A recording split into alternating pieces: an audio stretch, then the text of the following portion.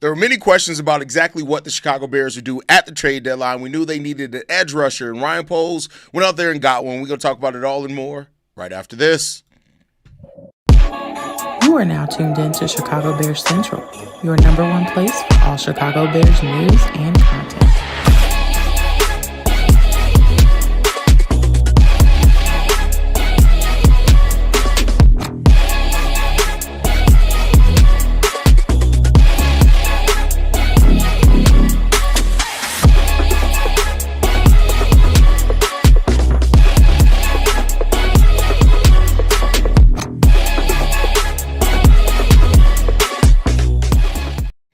What's going on, Bears fans? Welcome to another episode of Chicago Bears Central, your number one spot for everything Chicago Bears related. I'm one of the hosts here, Haize. We're joined by Stevo as well. Stevo, Ryan Poles went out there and made his move for defensive end Joe Tryon-Shoyinka. Is how you pronounce it?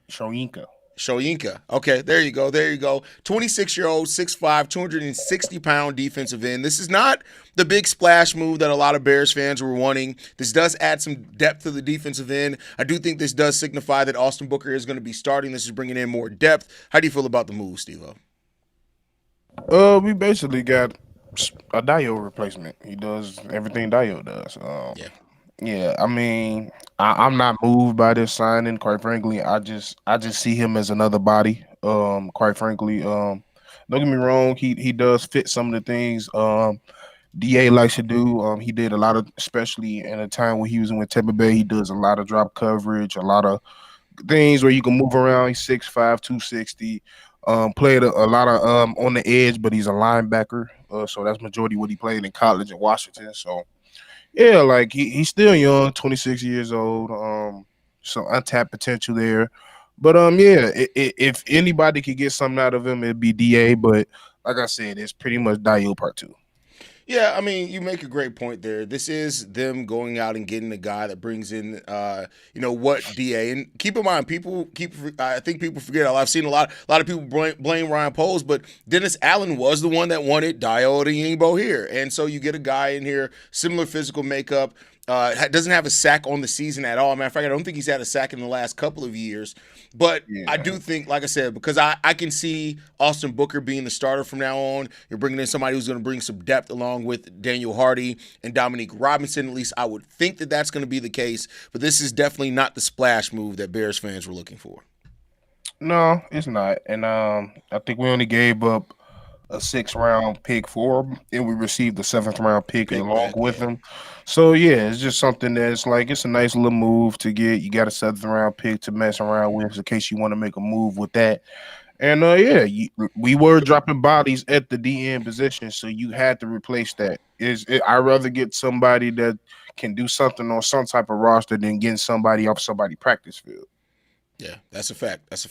I mean, and it's a guy that has actually played NFL snaps, like you said. It's not somebody here that hasn't at least some body of work that you look on and say this is at least what they do and what they bring to the table. I think at this point in the season, with the Bears still in the thick of things in the NFC, North, is that they need people who are going to come in, be able to play a role, and do what they need to do, and that's it. He has 9 total tackles on the season, 5 of those being solo. You gave up a 6th-round pick, you got a 7th-round pick back, and a talent. This is a body to bring in here. Now, what I will say with this is, and I was wrong. He has no sacks yet this year. Now, if you look at it, he's had 4 since 2021. He's basically averaged 3.5 sacks per season. He had 2 last year, 5 the year before that, and 4 in the 2 years before that. So I was wrong on no sacks in the last 2 years. There's no sacks yet this season. So correct myself on that one.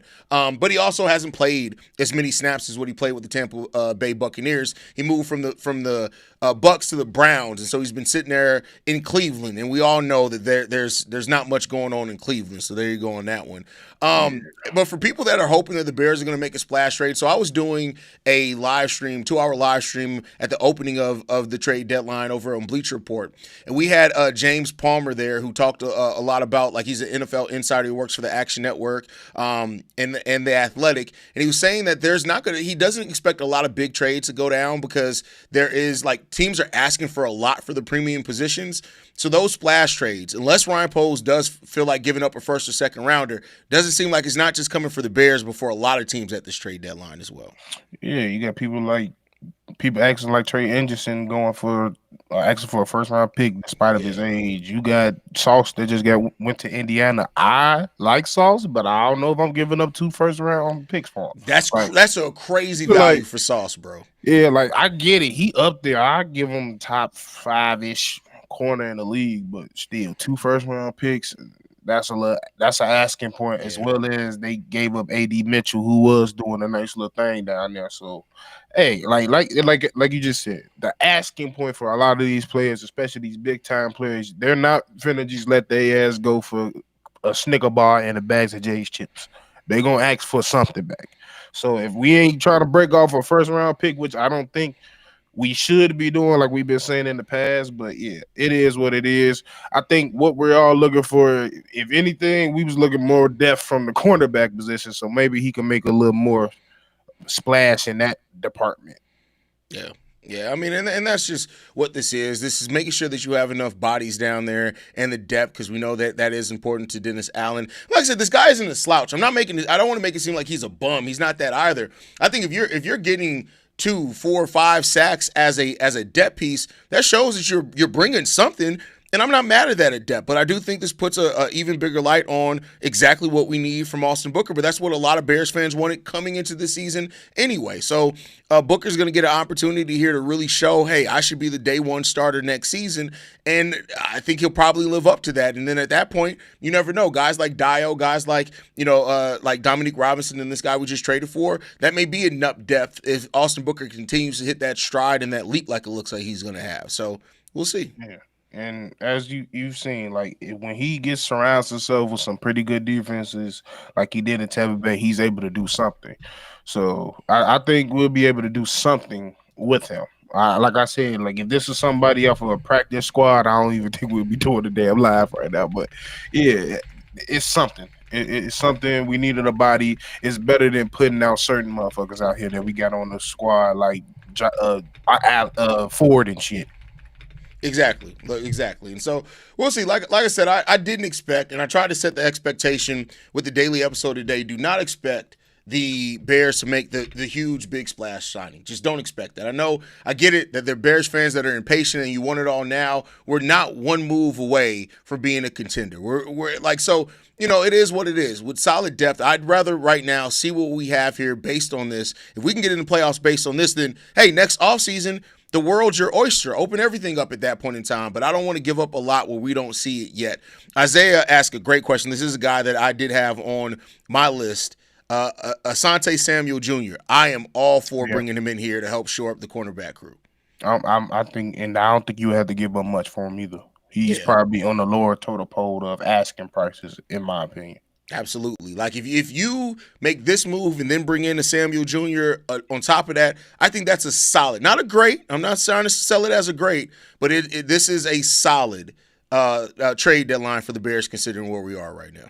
Yeah, like I said, I don't think we're not in position to make any splash trades because me and Coach T talked about it. We kind of up until this point, it's looking kind of right. We seen the type of splash draft picks and moves that people like Detroit has made, and it ain't came to fruition yet.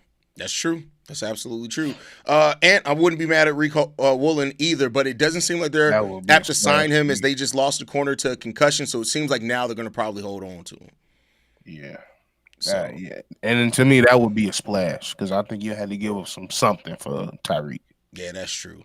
Crimson says it wouldn't be surprised if Poles trades away a second. Not saying he will, but it wouldn't surprise me. Crimson, your trade deadline predictions for the last 2 years have been ass. No, that's my bro Crimson. But I mean, like I said, if the Bears were to trade something like a second round pick, you better goddamn well hit. And it better be fucking amazing of a trade if you're going to give away a second round pick, considering where the Bears are right now. I would be surprised by it, but again, I wouldn't be mad at it depending on who they get for that second round pick.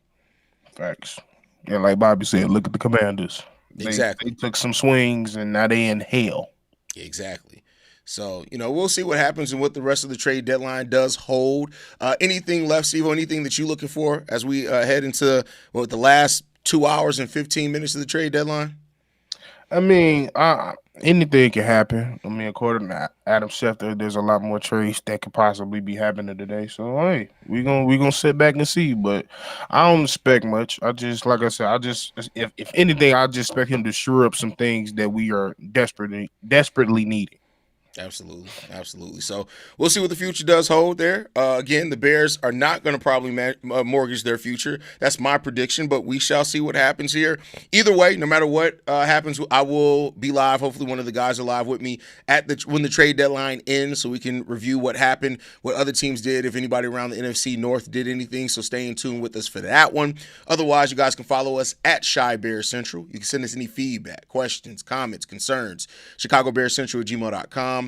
Lastly, if you want to leave a text message and or voicemail for the mailbag, the number to do so, 773-242-9336. We're the number one spot for everything Chicago Bears related